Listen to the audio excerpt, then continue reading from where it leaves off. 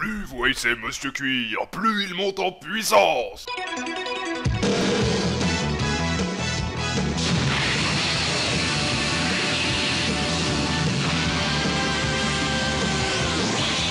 Le public, c'est pas des artistes.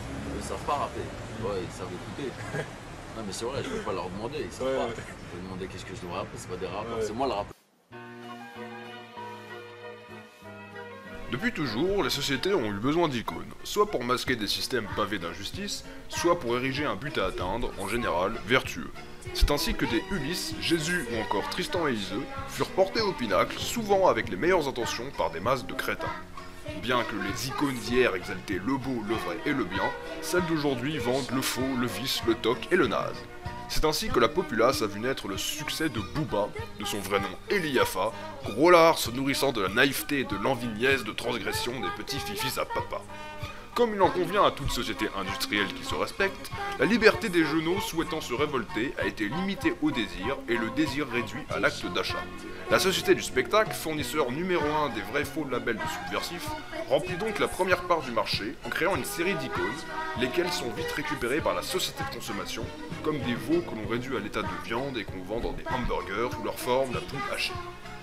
Dans ce vaste marché, il est un produit dont le rapport qualité-prix est très avantageux, le rebelle. Minable petit produit de consommation bas de gamme et interchangeable, il convient à tous les âges. Il se rattache souvent à l'imagerie du gangster, vieux fantasme de la jeune fille qui écrit les points de ses i avec des ronds, comme à l'époque où elle rêve de se les faire remplir pour embêter son père.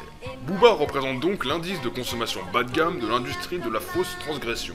Comme il convient à tous les imposteurs, il fait comprendre à son public que la révolte se fait un pistolet à billes à la main.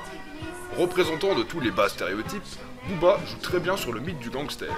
On est cependant en droit de douter de sa crédibilité. En effet, Booba n'est pas un beau ténébreux viril marqué par la vie ou un balèze prédateur doté d'un courage physique et d'un sang-froid exceptionnel. C'est un beauf, looké comme un forain, petit bandit de campagne, un nouveau riche gras du bide, souffrant d'anxiété et de boulimie, impulsif à mourir, prêt à dégainer sa fausse arme de prépubère contre qui n'en a pas. Booba n'est pas non plus un solitaire qui a tout compris de la vie comme le samouraï de Melville, ou un héros doté d'une dimension héroïque, mi-défenseur des pauvres comme Romain Desbois, mi-courageux suicidaire comme Mérine. C'est un jeune impulsif, violent, colérique et sournois, doté de peu d'honneur, soumission aux industries du disque, tabassage à plusieurs, qui aurait très certainement fini indicateur de police.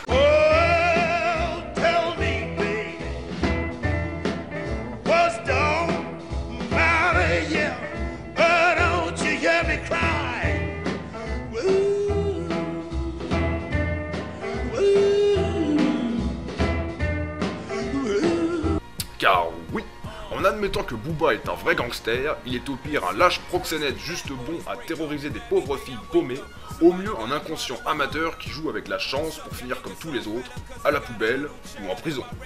En imitant les vices des bourgeois, Booba, tout en abandonnant ses frères du ghetto dont la plupart seront restés dignes en connaissant les avantages spirituels et moraux de la non-possession, croit s'approprier les pouvoirs des privilégiés en partageant les mêmes passions qu'eux. Goût pour la fraude et le cash, lorgnant sur son bas tiroir-caisse.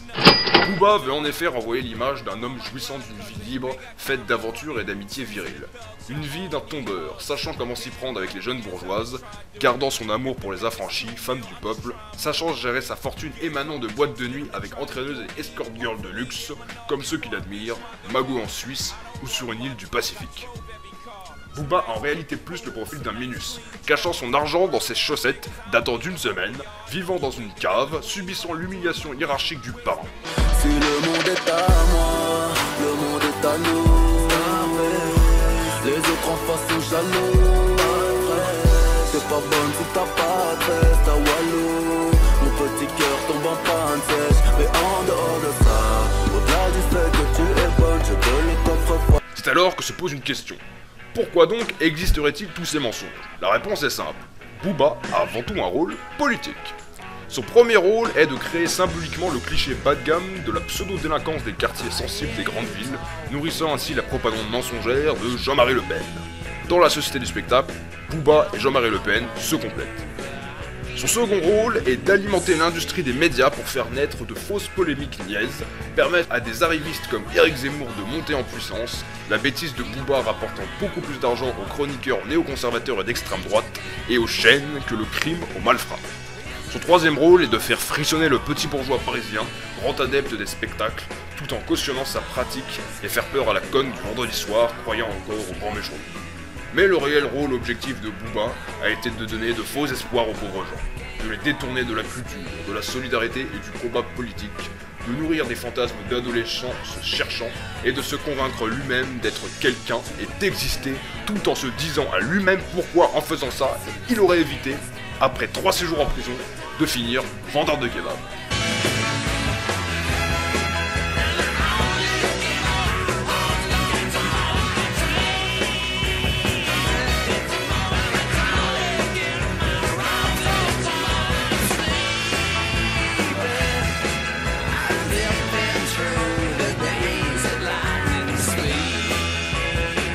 Ceux qui l'ont compris sauront pourquoi le jugement du temps qui passe réserve au Panthéon sa juste place aux oubliettes à Booba. Ce monde mérite de meilleurs subversifs que Booba et Jean-Marie Le Pen. Monsieur Cuir!